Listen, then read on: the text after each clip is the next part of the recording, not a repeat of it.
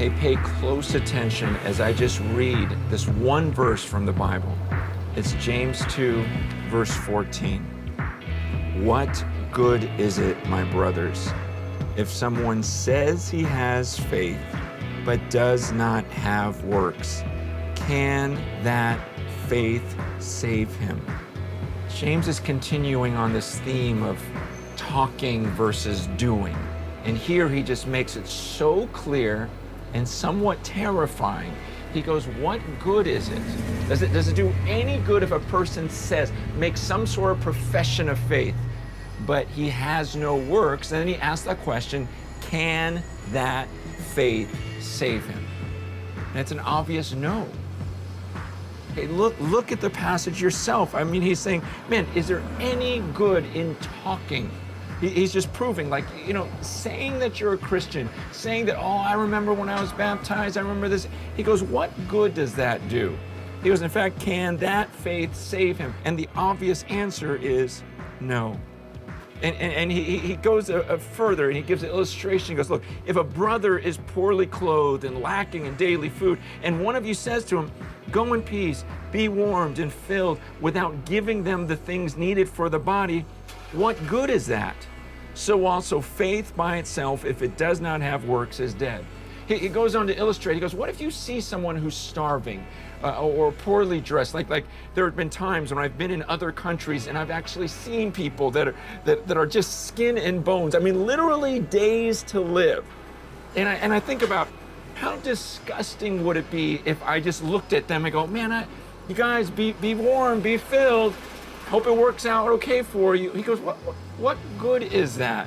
In the same way, he says, like, when you talk and call yourself a Christian, but there's no real actions to show that, he says it's dead. In fact, that phrase, verse 17, faith by itself, if it does not have works, is dead.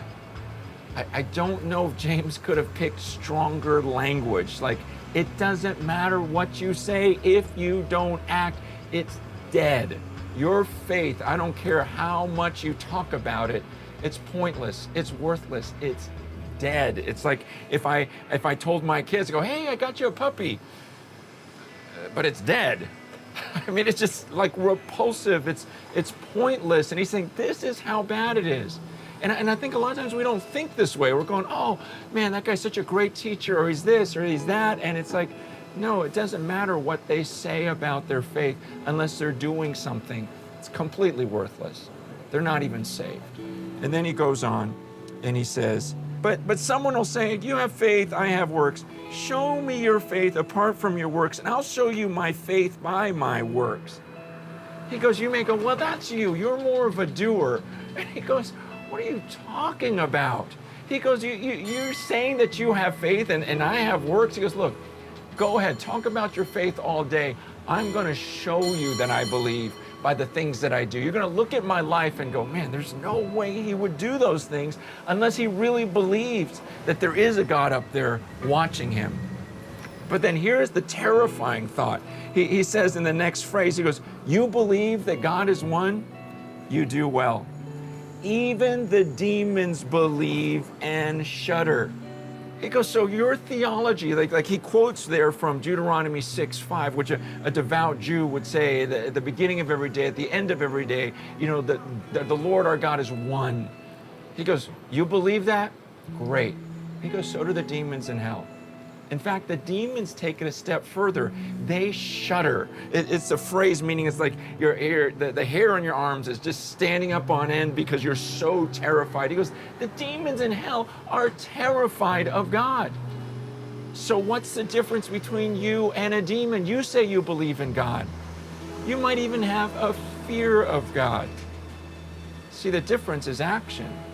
The difference is that demons, even though they know there's a God, even though they fear him, they refuse to transform their lives. They refuse to come under his leadership. But he's saying, look, your theology isn't enough. Just saying you believe in a powerful God, all that does is put you on par with the demons in hell. And then he makes this statement. He says, do you want to be shown, you foolish person, that faith apart from works is useless? He's going, okay, do you need more? Do you need more? I mean, I already told you that you're worse than the demons, but then he goes, do you want me to show you, foolish person, you idiot? You still don't believe this? Well, what more do you want? I got to prove to you that faith without works is dead. So then he goes to Abraham, whom they would have looked up to so much, and explains how, look, even him, he was justified by his works. His works showed that he believed. And then after that, he speaks of Rahab, because they may go, well, that's Abraham, and he's such an amazing man. He goes, well, then how about Rahab? Rahab was a prostitute. He gives these extremes, and he's going, look, everyone, it's about actions. Okay? Abraham was about actions. Rahab wasn't about actions. He goes, you idiot, what more do I have to show you? And at the very end, he just says, for as the body apart from the spirit is dead, so also faith apart from works is dead.